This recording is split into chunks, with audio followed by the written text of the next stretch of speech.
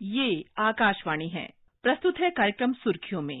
इसके अंतर्गत आज सुनिए कोरोना वायरस संक्रमण पर मुंबई में किंग एडवर्ड मेमोरियल हॉस्पिटल के डीन डॉक्टर हेमंत देशमुख से आकाशवाणी संवाददाता सिद्धार्थ सिंह की बातचीत। डॉक्टर हेमंत, पहले आपसे जानना चाहेंगे कि जिस तरह से कोविड के मामले तेजी से बढ़ रहे हैं, ऐसे में बढ़ते संक्रमण के बीच हम कोविड से अपना बचाव कैसे कर सकते हैं? हमने पहले भी कहा था कि कोविड की पहली लहर आ चुकी है, दूसरी लहर में हम हैं, अभी हम तीसरी लहर की चपेट में आने का संभव है। तो हम ये सावधानी बरतने के लिए, यानी तीसरी लहर हमें ना पहुंचे और दूसरी लहर में हमें क्या करना चाहिए, इसके लिए साफ सुथरी बिल्कुल रणनीति ऐसी होगी कि हमें फिजिकल डिस्टेंसिंग रखना काफी जरूरी होता है। हमें हैंड सैनिटाइजेशन की हमेशा जरूरत पड़ेगी, आज नहीं हमेशा के लिए। और तीसरी बात है कि मास्किंग, जो अभी हम अनमास्क करके घूम रहे हैं, हमें मास्किंग की काफी जरूरत है, क्योंकि ये जो कोरोना का संक्रमण होता है वो हवा से होता है। वायरस है वो हमेशा हवा से जाता है, लहर से जाता है, और किसी का अगर नॉस्ट्रिल या नाक ओपन हो तो उसमें जरूर है ये कि कोविड की वायरस हमेशा अंदर पहुंच जाएगी। इसलिए बराबर तरीके से मास्क करना काफी अनिवार्य हो जाता है।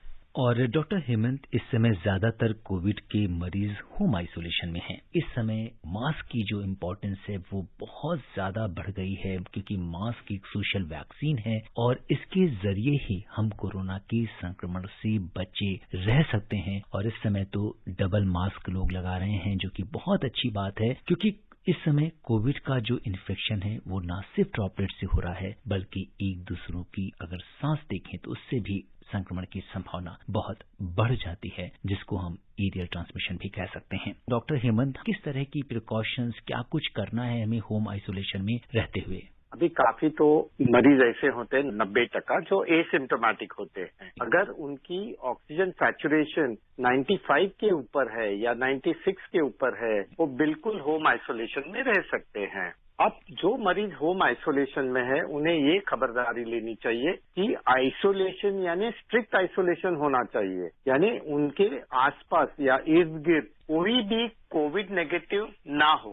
जितने भी कोविड पॉजिटिव घर में एक ही साथ संक्रमित हो गए हैं, वो एक साथ अपने एक ही कमरे में जहां सब सुविधा हो वहां रह सकते हैं। लेकिन यही देखना होगा कि ये रूम जो होगी वो पूरी वेंटिलेटेड रूम होगी। बंद कमरे में या एसी कमरे में सोना अच्छा नहीं रहेगा, और उनकी देखभाल करने वाला एक संक्रमित न हो ये अटेंडेंट होगा उनका। और हमेशा हमारे ऑक्सीजन सैचुरेशन की मात्रा कितनी रहेगी इसके ऊपर ध्यान देना काफी जरूरी हो जाता है।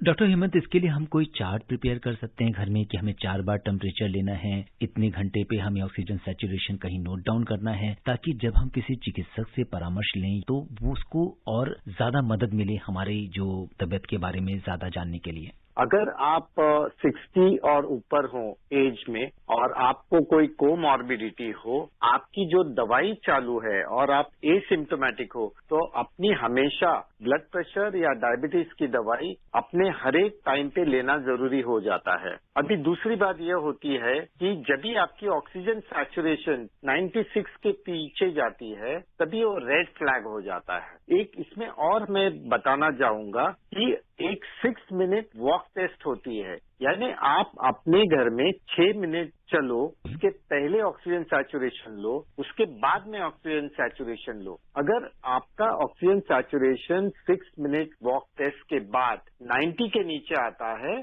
तो आपको तुरंत नजदीक की अस्पताल में पहुंचना जरूरी है। जी, ये बड़ा इम्पोर्टेंट टेस्ट डॉक्टर साहब आपने बताया है कि 6 मिनट तक हमें वॉक करनी है, उसके बाद अपना सैचुरेशन लेवल चेक करना है, और अगर इससे कम आता है तो हमें फिर अस्पताल से संपर्क करना होगा। ऐसी स्थिति होगी जब हमें हॉस्पिटल में एडमिशन लेना होगा? बिल्कुल। बम्बई में या महाराष्ट्र में या हर एक किसी अलग राज्य में वॉर रूम्स होते हैं। हमारी जो लोकल म्युनिसिपल कॉर्पोरेशन होती है, सरकार होती है, हमारे हर एक कोविड पॉजिटिव को हमेशा संपर्क में रखती है, और हर दिन इन लोग डॉक्टर के जरिए इनके संपर्क करके पूछते हैं कि उन्हें कुछ तकलीफ हो रही है, कुछ सिम्टम्स डेवलप हो रहे हैं, बुखार कम नहीं हो रहा है या ऑक्सीजन सैचुरेशन नीचे जा रहा है। ये कोई भी तकलीफ हो तो नजदीक के अस्पताल में अपने डॉक्टर से सलाह मशवरा करना जरूरी है। और डॉक्टर हेमंत, अगर जो दूसरी लहर के मरीज हैं, इनमें ज्यादातर अगर हम देखें तो जो लंग्स का इन्फेक्शन है वो काफी एक बड़ी प्रॉब्लम बना हुआ है और अक्सर लंग्स में जो संक्रमण है वो सामने आ रहा है। तो ऐसे में हम अपने लंग्स को किस तरीके से प्रोटेक्ट कर सकते हैं अगर हमें कोविड हो गया है और इसके बाद भी ये प्रॉब्लम बनी रहती है? क्योंकि कोविड तो एक बार नेगेटिव हो जाता है, लेकिन जो लंग्स की प्रॉब्लम है, खांसी, जुकाम या सीने में दर्द, इस तरह की शिकायत बनी रहती है। तो ऐसे लोग क्या करें? अभी जिसको पहले से अगर अस्थमा की बीमारी हो या फेफड़े की बीमारी हो, यानी हम उसे सीओपीडी कहते हैं, जो एक्स स्मोकर्स होते हैं, उनकी चेस्ट अच्छी नहीं रहती है, उनका बलगम आना कभी कभी बंद हो जाता है, लेकिन सूखी खांसी रहती है और थोड़ा चलने के बाद हांफते हैं और उनकी ऑक्सीजन सैचुरेशन नॉर्मल रहती है, तो इनके फेफड़े जब भी हम देखते हैं तभी हमें फेफड़ों की एक्सरसाइज करनी जरूरी हो जाती है। हमें ब्रीदिंग टेस्ट या ब्रीदिंग एक्सरसाइजेस करना काफी जरूरी हो जाता है। हमारी लंग कैपेसिटी इंक्रीज करनी चाहिए ताकि हमारी ऑक्सीजन सैचुरेशन अच्छी बनी रहे,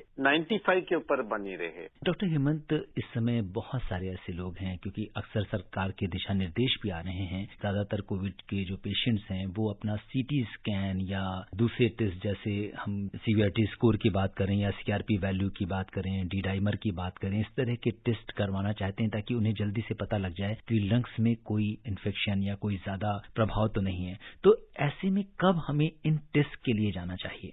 अभी काफी लोग तो सेल्फ डॉक्टरी करते हैं, काफी लोग डॉक्टर गूगल की राय लेते हैं या डॉक्टर व्हाट्सएप की राय भी लेते हैं, लेकिन हमें एक काफी मात्रा में हमें समझना चाहिए कि वायरस, ये कोरोना वायरस हमेशा लंग को अफेक्ट करती है। तो अगर आप पहले से ही एक्सरे चेस्ट करवाते हो और उसमें निमोनिया अगर दिखता है और आपका बुखार कम नहीं होता है, भी सीटी स्कैन करना अनिवार्य हो जाता है। अगर आपकी दवाइयों लेने के बाद भी आपका बुखार कम नहीं होता है, जुकाम कम नहीं होता है, तभी HRCT यानी हाई रेजोल्यूशन सीटी यानी सीटी स्कैन ऑफ थोरैक्स करना पड़ता है। इसमें सीटी स्कैन में एक प्रकार का आर्टिफिशियल इंटेलिजेंस के द्वारा एक स्कोर होता है। अगर ये स्कोर 5 के ऊपर जाता है, 5/25, तो आपने सतर्क रहना चाहिए। इसमें बहुत सारे लोग सीटी करा रहे हैं और उसमें जो सीटी स्कोर की वैल्यू है, इसको लेके लोग चिंतित रहते हैं। तो डॉक्टर साहब, अगर 5/25 किसी का स्कोर है तो इसको हम क्या माने? ये माइल्ड कोविड कहेंगे